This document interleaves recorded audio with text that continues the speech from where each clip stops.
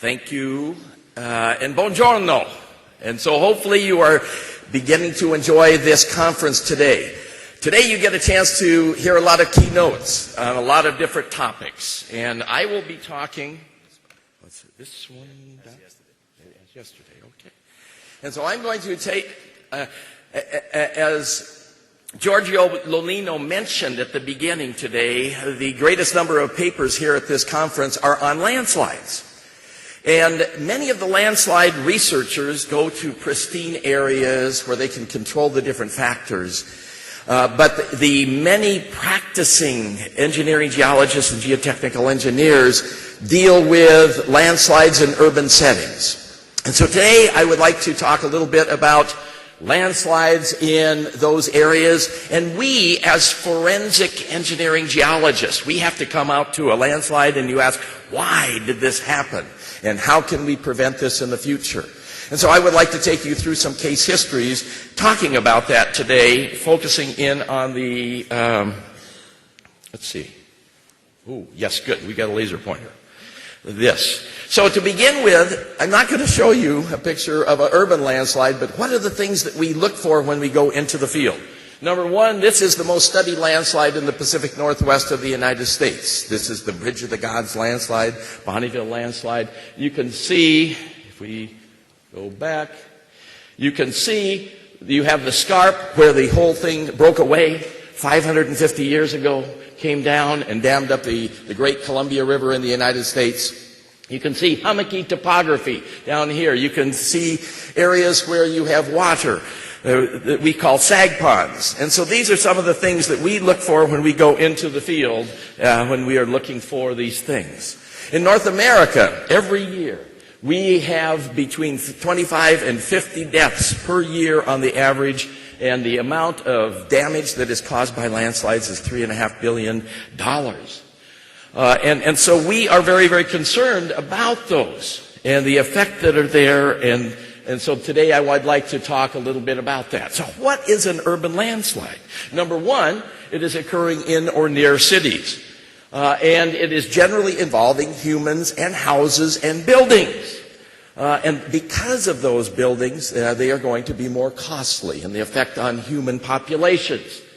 Another thing that is very similar almost all over the world is that normal homeowners insurance is not covering a landslide.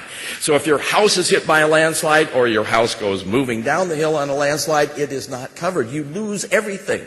And for many people, the most valuable thing that they have is their house. And so I will come back to that. And in North America, what happens is, if it's not covered by insurance, what do? You make a lawsuit and you sue everybody possible to try and receive some money back for your lost house. Many of these could have been prevented. And so I will focus in a little bit on that. And we need to be proactive and out there trying to get people to think about these things beforehand. But when we get into the field, we always ask the question, why did it occur? And we need to mitigate it immediately, and we'll talk about a couple very recent examples there. And so when we go into the field, we always think about the factors that are going to be affecting the landslide. Number one, what is the parent material that is there? The cohesion, the C and the phi values of the soils that are there. The more clay concentration that you have, the greater the chance for a landslide. Number two, the slope angle. As the slope angles increase, so does the chance for a landslide. Number three, water in the parent material. But when we work in urban settings, we also have to worry about stormwater and sewer water that is there, because this can also lead to those landslides. Vegetation is so important, and we forget the trees are actually a pump, and through evapotranspiration, they are taking water out of the soil and into the atmosphere, and the root structures are also anchoring what is there. And when you cut down a tree, you're cutting out a natural pump, and you're changing the hydrology. And another characteristic that we always have to worry about is this an ancient landslide? Because if it has moved once, it has a higher potential for moving again. Doesn't mean it will move, but it has that potential. And so if we control the factors that we were talking about here, this is very, very important. And the two main triggers for landslides are going to be water and earthquakes. I'm going to be focusing in on the water today. And so how do we prevent these things? We now have the technology in the world to do this. Number one, we need to make inventory maps. Where have landslides occurred in the past? And we can do this. And we have this godsend called LIDAR, where we can see through the trees and we can see the topography that is there. And we can see the scarps and the hummocky topography that it has been created. And in my part of the world, we have so many trees, it is very, very difficult to see the land. And then with geographic information systems, GIS, we can make excellent susceptibility maps because we go out to those areas where we have seen these landslides. And we can extrapolate the characteristics of those, the characteristics of the soil, the slope angle, etc., and then extend that to other areas where we have no landslides and say, this is a high susceptibility, moderate, or low susceptibility. And so we can use this in planning. And then number three, we can combine it with the populations and the structures that are there and produce risk maps. These are very important. And then together with this, we can work with emergency managers around the world to do this, to try and reduce the loss of life and property that is there. And we need to be more proactive. And we do this by studying past case histories, and we as a discipline do this a lot of the time. Very, very important. But we need to concentrate on prevention. So let me show you some examples. And so this is in my hometown of Portland, Oregon in the United States. This is a $1.3 million house. The geology underneath are ML soils. They are loess soils, windblown silt soils with a fragipan in it. Gorgeous view, and because of this, but it's on a steep slope. And here is the road right here. Note this line right here. And what happened was, one morning at 5:30 in the morning, it took off and it slid down the hill. The good news is the lady in the house got out because it took about 25 minutes to go down. The bad news is this complete house was destroyed as a result of this.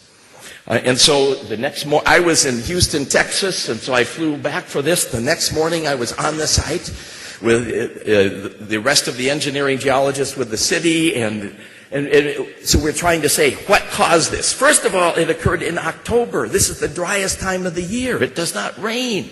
And so it was not related to rainfall. But look at the soil, completely wet. This whole thing slid down. The day before, the house down there had water going down the driveway. So there was water going underneath the house. So water was the key that was there.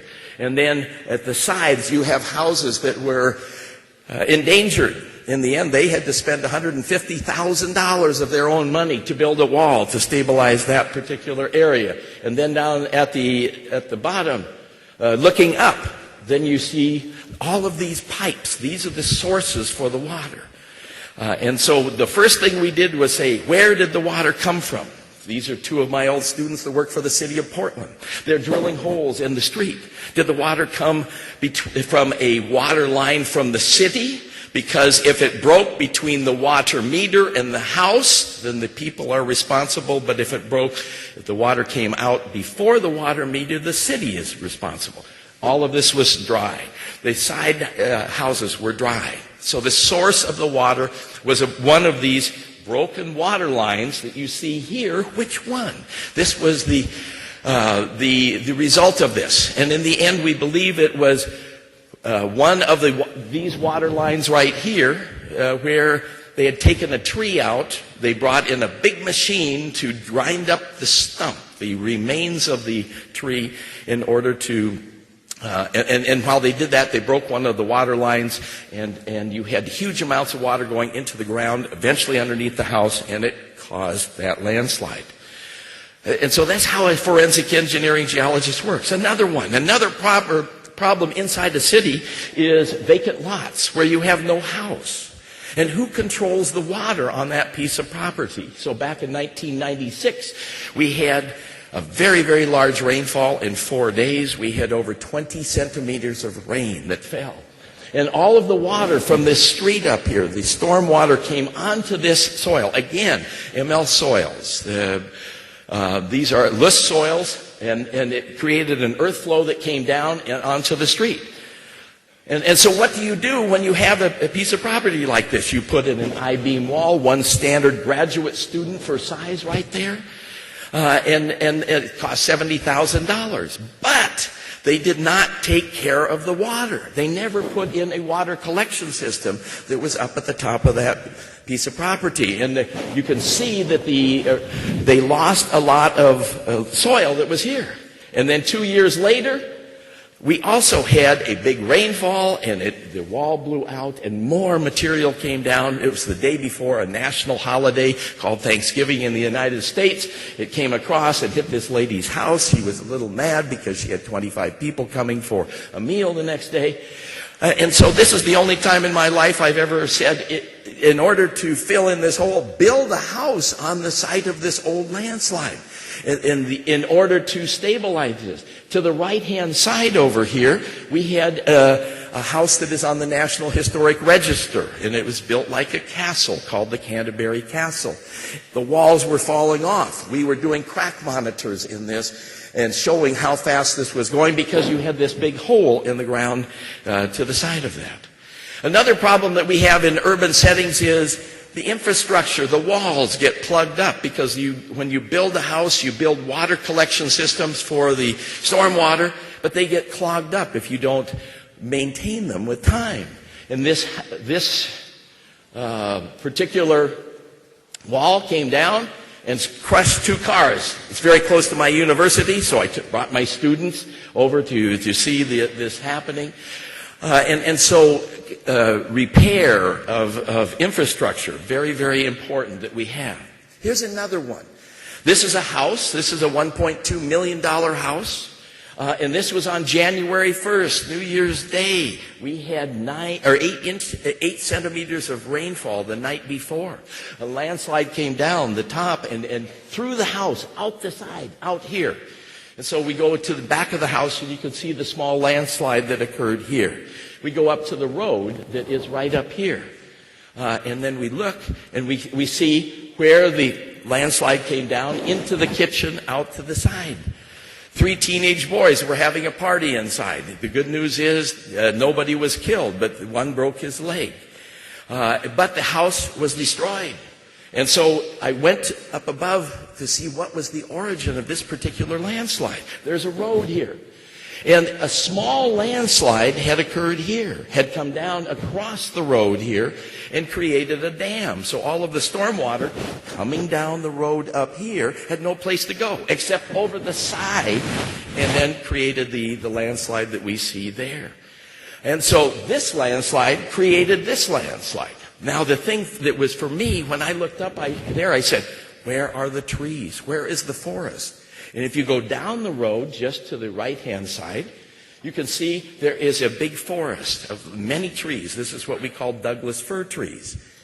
And what had happened is this man up here, in order to see Mount Hood, our big volcano in the distance, had cut the trees down to improve his view.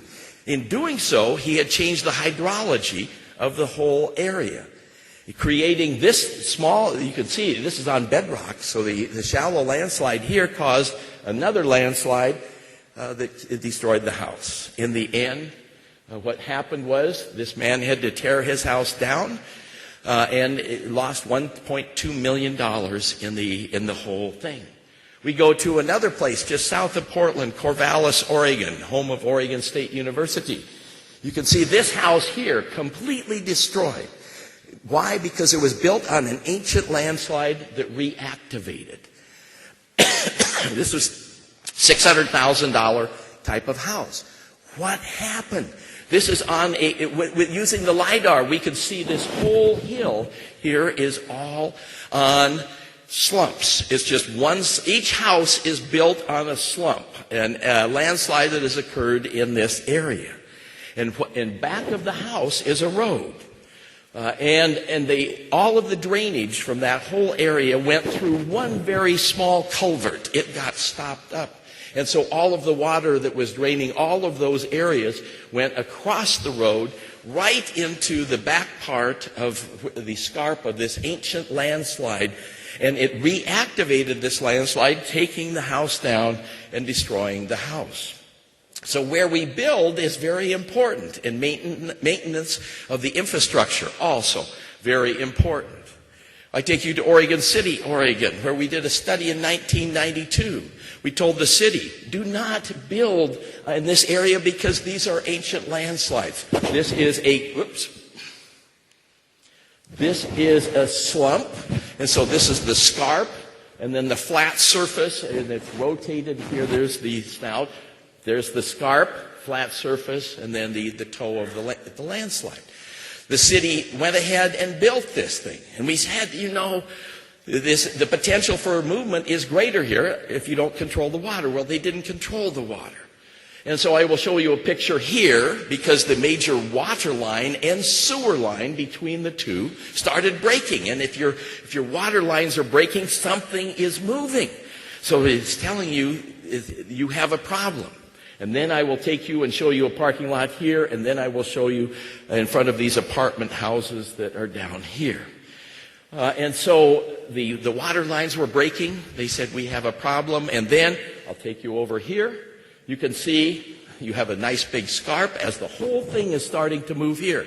It is just after Christmas time because you can see Christmas trees that are over here. And then we go in back of the houses, or the apartments over here, and you can see that they do have a problem. This is side cast fill. This is unengineered fill. They did not do any compaction here. And so this whole area here, what was happening is the stormwater from the roof, all of the gutters were broken. So all of the water went down here into the ground, saturating it, and it failed. And as a result, you had a large landslide. We go to the upper part of the landslide. You can see large cracks opening. Why? Because this whole thing is moving in that direction. And then what you do is, when we study landslides, you put an inclinometer in. And so you drill this right in the middle. And then at 15 meters down, we found the failure plane. And it severed off the inclinometer in 5 days. And so it was active. It was a reactivation of an old landslide. We told them this might happen. It did. And in the end, what they had to do is they tore this whole section down here, evacuated all of these people that wintertime. The next summer it slowed down. And they still are fighting additional landslides down in that area there. And so all of these are ones that the insurance does not pay for them. And so they lost all of that money. Here's another landslide. And this is on a stream terrace. And so you can see these are fluvial sediments, stream sediments, and you can see a spring coming out here, and there's another spring here. These are silt layers that are in the gravels that are there. And the landslide came down from this area here, hit this house, and it had a gas tank in back of it. And the whole house caught on fire, as you can see, and it destroyed it. The good news is the mother, the father, and the 2 children got out of the house okay. The good news is the house burned down. And if you don't understand that, the insurance paid for it because the house burned down. If it hadn't burned down, no insurance. So we tell people, if your house is going down the hill, set it on fire. And then you will get money back from this. Otherwise, you are not going to get that. And so as a forensic engineering geologist, as I'm coming into the field, first thing I do is look at the vegetation. And this is all deciduous trees, trees with leaves, alder trees, maple trees that are there. And so it is telling me disturbance. And so after a landslide, what type of vegetation comes in? Not these big, beautiful Douglas fir trees. It is deciduous trees, alder and maple. And so it tells me that they built on an old landslide. They built in the wrong place. And they reactivated and came down and destroyed the house. If we go up to the top up here, we can also see that there were many other landslides here, but then what do I see? There are no trees. They have cut the big trees down. They have changed the hydrology. And so you have to be careful where you cut the trees down because there will be a change in hydrology with time. We had a very large disaster just 1 hour north of me in Kelso, Washington. This is where I live in Portland. Kelso is up here. And this was in 1998, and 60 houses were destroyed as an ancient landslide reactivated. And in the United States, we have FEMA, the Federal Emergency Management Agency. And after any big disaster, they will declare it a disaster area. This was the very first disaster area declared by this agency for a landslide in U.S. history. And it's the fourth largest landslide in the United States involving houses. And so 60 houses were destroyed, but then there were 77 houses sitting above the scarp saying, what do we do in these areas? And the amount of money that was lost there in infrastructure and houses was about $25 million. So initially, the agency gave 3.5% low-interest loans. But in the end, they did get some money back. And so there used to be a street here. There were 4 houses around it. All of them are at the bottom. See, the street was here, came down here. This is at the scarp as it reactivated. And so all of the houses that were there, this is the major street that was there. They tried to keep all of the infrastructure, the water and the sewer open, but it just became impossible as they came down. This guy's house was the very first house to start moving, and it actually moved 300 meters down the hill, turned 180 degrees and fell apart. And so this was a major reactivation. In the end, what happened was the federal government, the state government put together a package, and people got 30 cents on the dollar, so 30% of the value of their house back. But most of these houses were 20 to 25 years old. That meant the people owned it, not the bank owned it, and so they lost a lot of money.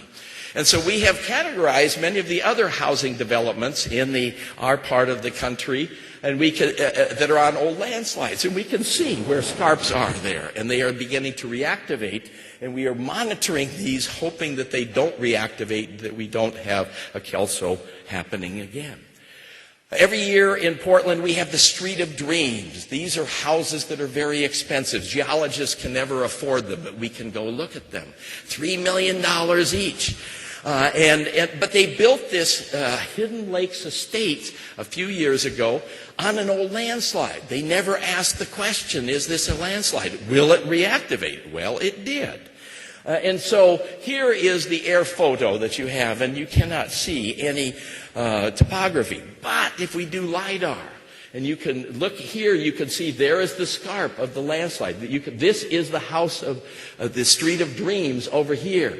And there is the scarp. Mother Nature likes to make smooth surfaces. No landslides here, but this is a landslide. There is another landslide that is over there. And then there is a creek that is going down here, and we'll show you what happens. So the creek comes and has a meander bend. You have intense erosion that is occurring right here. And you can see this is an old landslide. It's very, very weak material. It's undercutting the slope, and so the house that is up here, this is the Romeo and Juliet house. Very good for Italy. $3 million house, and you can see it has started to move. And we always put plastic on the ground to keep water from going into the ground. But when you see the plastic, it is saying, oh, there is a landslide that is in this case. And so the next picture is from the side. This house was just 6 months old, and they've already had to repave the pavement there because cracks have developed. And if we look over there, you can see a big crack going right through the wall, right through the house. A series of cracks as this whole house is moving in this direction down the hill. Eventually, they had to rip this house down.